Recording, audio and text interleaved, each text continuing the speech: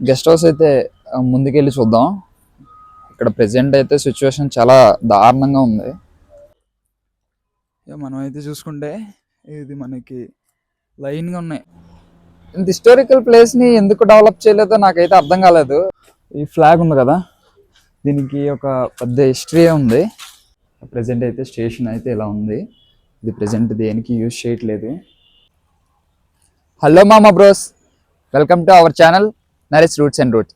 ఈరోజు మన ఏఎస్ఆర్ ఎపిసోడ్లో భాగంగా చింతపల్లి పోలీస్ స్టేషన్కి అయితే వెళ్తున్నాం. కానీ అంతకన్నా ముందు ఒక ప్లేస్ని అయితే చూద్దాం అనుకుంటున్నాం. ఎందుకంటే ఈ రంప తిరుగుబాటులో కీ రోల్ ప్లే చేసింది ఈ ప్లేసే.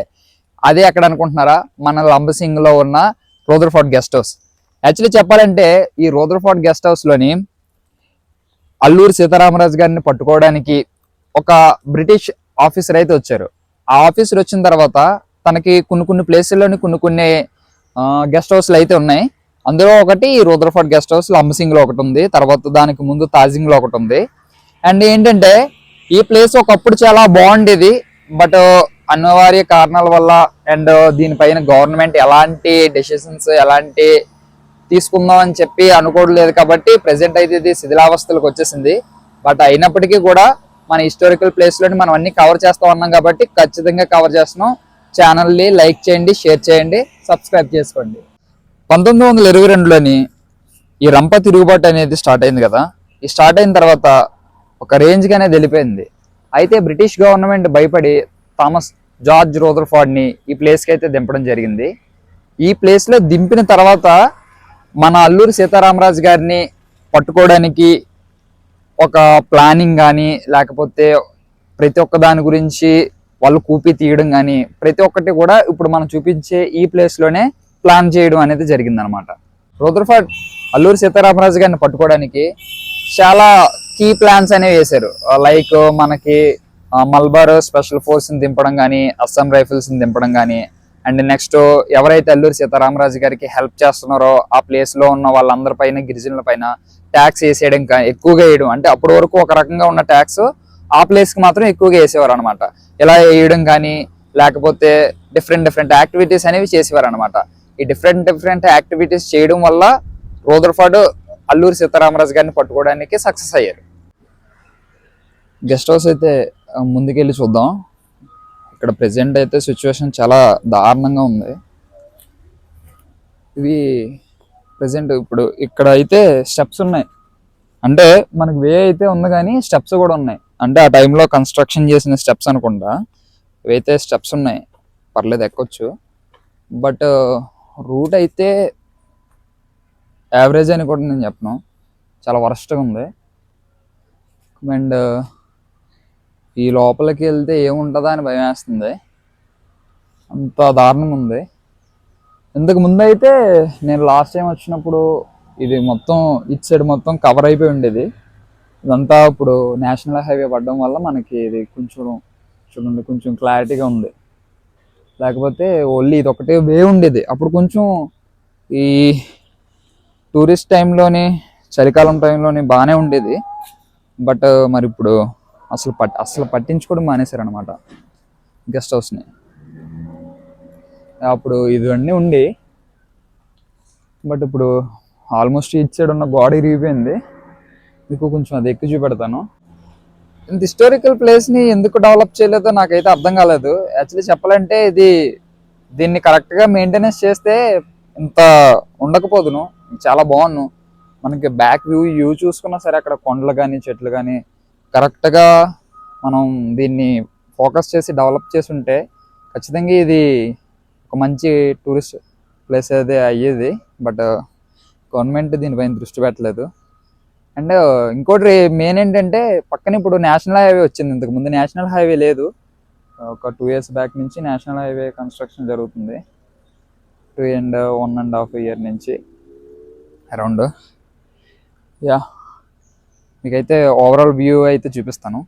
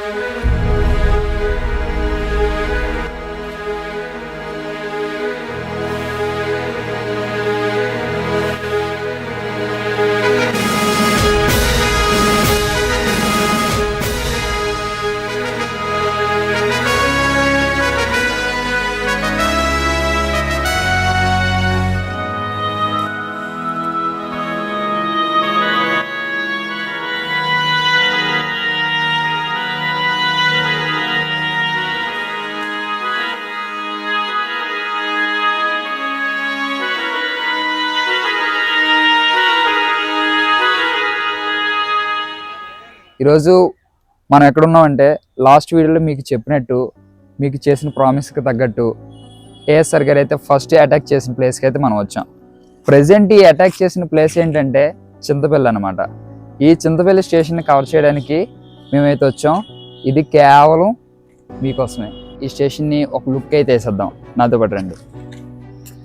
స్టేషన్ ఓవర్లుక్ చూసుకుంటే ఇప్పుడు మన వెనకాల ఉంది కదా, ఇక్కడి నుంచి అయితే గేట్ మెయిన్ గేట్ ఉంటుంది. ఆ మెయిన్ గేట్కి వాళ్ళు కాపలా అనేది కాస్తారనమాట సిపాయిలు. అండ్ నెక్స్ట్ ఇదంతా బ్రిటిష్ టైంలోనే ఎస్టాబ్లిష్ చేసిందే చెప్తున్నాను. ఇక్కడ ప్లేస్ ఉంది కదా, ఇది ఫ్లాగ్ హోస్టింగ్ అనమాట. ఫ్లాగ్ హోస్టింగ్కి ఇక్కడ ఫ్లాగ్ హోస్టింగ్ కూడా జరిగేది. అండ్ నెక్స్ట్ ఇటు మనకి ఇలా వచ్చిన తర్వాత ఇప్పుడు ఈ ప్లేస్ ఉంది కదా, ఈ ప్లేస్ ఏంటంటే ఎవరన్నా కొత్త ఆఫీసర్ వస్తే ఏంటంటే ఆఫీసర్ అక్కడ ఉంటారు, ఆ ప్లేస్లోనే ఆఫీసర్ ఉంటారు. అండ్ ఈ ప్లేస్లోని మిగతా స్టాఫ్ ఉంటారు. వెల్కమ్ చెప్పడానికి పోలీస్ టర్మ్స్లో, పోలీస్ లాంగ్వేజ్లోని, సైన్స్లోని ఉంటుంది అనమాట. అండ్ నెక్స్ట్ ఇలా మనం కొంచెం ముందుకు వస్తే ఇక్కడ ఫైర్ ఉంది కదా, ఈ ఫైర్ ఇది చాలా ఫ్యూచరిస్టిక్గా ఆలోచించి ఇది ఎస్టాబ్లిష్ చేశారు. ఈ ఫైర్ ఎక్కడన్నా స్టేషన్లో ఫైర్ అంటుకుంటే ఈ ఫైర్ ఆపడానికి ఇక్కడే మళ్ళీ స్టేషన్ దగ్గరలోనే మనం RRR మూవీలో చూస్తాం కదా, సేమ్ టు సేమ్. అండ్ ఇది స్టేషన్ అండ్ అది ఫ్లాగ్ హోస్టింగ్ ప్లేస్. అక్కడ అంటే అది ఫ్లాగ్ హోస్టింగ్ ప్లేస్. అక్కడ మనం స్టార్టింగ్ చూసాం కదా, ఇది వచ్చి ఏంటంటే ఫ్లాగ్ ఎగురుతుంది అనమాట. అంటే ఆ టైంలో బ్రిటిషర్స్ ఫ్లాగ్ అనేది ఫ్లై అయ్యేది కదా, అది ఈ ప్లేస్ అనమాట. ఈ స్టేషన్ ఫ్రంట్ ఫేసింగ్లోని ఇక్కడ కొంతమంది సిపాయిలు ఉంటారు. ఆ సిపాయిలు కూడా మనకి వాళ్ళు ఇక్కడ కాపలా కాస్తూ ఉంటారు.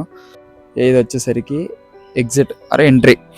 నాకు తెలిసి నేనేమనుకుంటున్నానంటే ఇది ఎంట్రీ అనుకుంటున్నాను. ఇది ఎంట్రీ.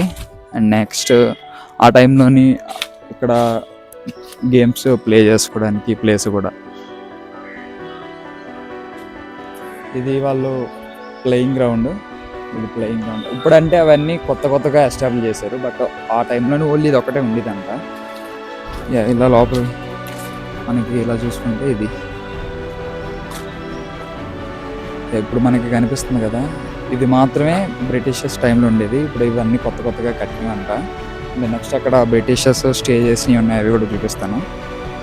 మనం స్టేషన్ లోపలికి వెళ్తే, లోపలికంటే మరీ లోపలికి కాదు, లోపలికి మనకు పర్మిషన్ లేదు, జస్ట్ ఈ అవుట్లుక్ కోసం మాత్రం. స్టేషన్ లోపలికి వెళ్తే ఇది మన స్టేషన్ లోపలికి.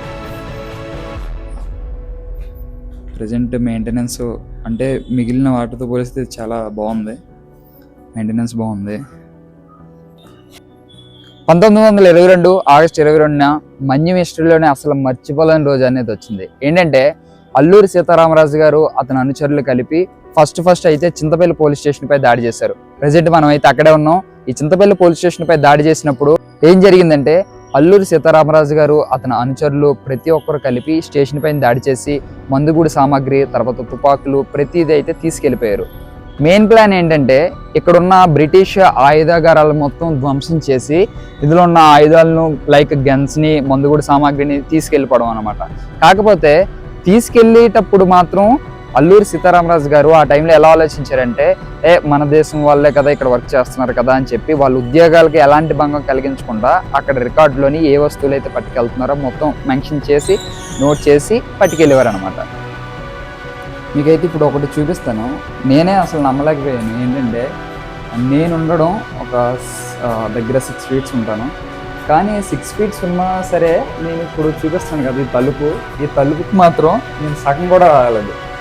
ఇంకా క్లారిటీ చూడాలంటే చూడండి పైకి ఇంకా ఎంత ఉందో. చెయ్యి పెట్టినా సరే అందట్లేదు. ఇంత పగడ్బందీగా ప్రీ ప్లానెడ్గా అంటే ఆ టైంలో వాళ్ళు ఎస్టాబ్లిష్ చేసినవన్నీ ఇలానే ఉండేవి.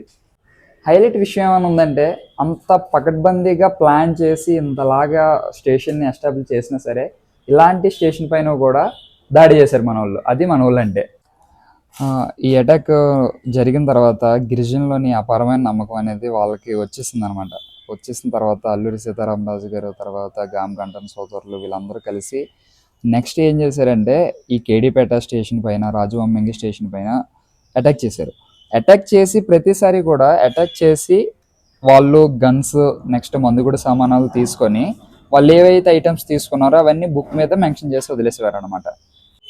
మంపా రెవల్యూషన్లోని ఈ 3 పోలీస్ స్టేషన్ల పైన ఎప్పుడైతే దాడి చేశారో ఆటోమేటిక్గా బ్రిటిష్ గవర్నమెంట్కి కొంచెం భయం అనేది వచ్చిందనమాట. భయం వచ్చిన తర్వాత మల్బార్ స్పెషల్ ఫోర్స్ని దించారనమాట చింతపల్లి ఏరియాలోకి. తర్వాత ఈ మంపా ఏరియాకి మొత్తానికి మంపా రెవల్యూషన్ కోసం మల్బార్ స్పెషల్ ఫోర్స్ని దించారు. అండ్ ఈ ప్లేస్ మొత్తాన్ని మార్షల్ లా అనేది పెట్టారనమాట. మార్షల్ లా అంటే ఏంటంటే అప్పటి వరకు ఉన్న సాధారణ చట్టాలు అనేవి రద్దయిపోతాయి అనమాట. ఇంకా కంప్లీట్గా ఆర్మ్ ఫోర్స్లోకి కంట్రోల్ వెళ్ళిపోద్ది. అంటే ఇప్పుడు సైనిక దళాల్లో చేతుల్లోకి వెళ్ళిపోద్ది అనమాట. మొత్తం సైనిక దళాల చేతుల్లోకి వెళ్ళిపోయిన తర్వాత వాళ్ళు ఏదైతే డెసిషన్స్ తీసుకుంటారో అది గవర్నమెంట్ కోసం వెయిట్ చేయరు. ఆ గవర్నమెంట్ కోసం వెయిట్ చేయకుండా డెసిషన్స్ డైరెక్ట్గా తీసుకోవడం, వాళ్ళు అమలు చేసేయడం అనేది జరుగుతుంది. ఇక మనం అయితే ఇప్పుడు ప్రజెంట్ ఈ ఓల్డ్ స్టేషన్లో ఉన్నాం. ఈ ఓల్డ్ స్టేషన్ మనకి బయట వరకు మాత్రమే పర్మిషన్. ఇప్పటి వరకు ఇవ్వడం కూడా మనకి చాలా ఎక్కువ. చాలామంది ఏం చెప్పారంటే ఇప్పుడు వరకు ఎవరికి పర్మిషన్ ఇవ్వలేదు, మీకే ఫస్ట్ టైం పర్మిషన్ ఇచ్చి మీరే షూట్ చేసుకుంటున్నారని చెప్పి అన్నారు. ఇది మనం హ్యాపీగా ఫీల్ అవ్వాల్సిందే. ఇక్కడి నుంచి మనకి ఈ బ్రిటిషర్స్ ఎక్కడైతే స్టే ఉండేవారో మనం అక్కడికి వెళ్ళి చూద్దాం. మీకు చెప్తానన్నాను కదా, అంటే వీళ్ళు బ్రిటిషర్స్ వాళ్ళ పోలీస్ ఫోర్స్ ఎక్కడ ఉండేవాళ్ళంటే ఆ ముందర ఒక ప్లేస్లు ఉన్నాయి. అందులో కొన్ని కొత్తగా ఎస్టాబ్లిష్ చేసినవి, కొన్ని మాత్రం ఓల్డ్ టైంలోనే ఉన్నాయంట. అవే మనకి ఇవి ఉన్నాయి కదా, ఇవి మనకు కనిపిస్తున్నాయి కదా, ఇవి బ్రిటిషర్స్ టైంలో ఎస్టాబ్లిష్ చేసినాయి అనమాట. ఇవి మన టైంలో కాదు. అండ్ అవి వచ్చేసరికి మన టైంలో ఎస్టాబ్లిష్ చేసినాయి. ఇప్పుడు దీన్ని మనం చూద్దాం రండి. ఇక మనం అయితే చూసుకుంటే ఇది మనకి లైన్గా ఉన్నాయి. సేమ్ ఒకటే ప్లాను, లైన్గా అంతా ఒకటే ప్లాను. ఈ ప్లేస్లు ఉన్నాయి కదా, ఈ పెంకిటిల్లు ఇలా చివరి వరకు ఉన్నాయి. వీటిలోనే ఏంటంటే బ్రిటిషర్స్ ఆర్మీ అనేది ఈ ప్లేస్లోనే ఉండేవారు అనమాట. చూడండి ఎంత బాగుందో. మనకైతే ఇంకా అంతకు మించి ముందుకు వెళ్ళడానికి పర్మిషన్ అయితే లేదు. ప్రజెంట్ అయితే ఇంకా ఇక్కడతోనే ఎండ్. ఓకే మామా బ్రోస్, ప్రజెంట్ అయితే మనం చూసాం కదా, ఇదైతే మన ఓల్డ్ పోలీస్ స్టేషన్కి ఇటు సైడ్ మనం చూసింది బ్రిటిష్ ఆర్మీ అనేది స్టే చేయడానికి ఉండేది. మనకి ఓన్లీ ఇది మాత్రమే పర్మిషన్ ఇచ్చారు. మనకి చూపించడం కూడా ఇదే ఇంపార్టెంట్. అండ్ ఈ వీడియోకి పర్మిషన్ ఇచ్చిన మన చింతపల్లి ఎస్ఐ గారికి, తర్వాత సిఐ గారికి, పోలీస్ డిపార్ట్మెంట్కి, ఏఎస్పీ గారికి, ప్రతి ఒక్కరికి థ్యాంక్స్ అయితే చెప్పుకుంటున్నాను.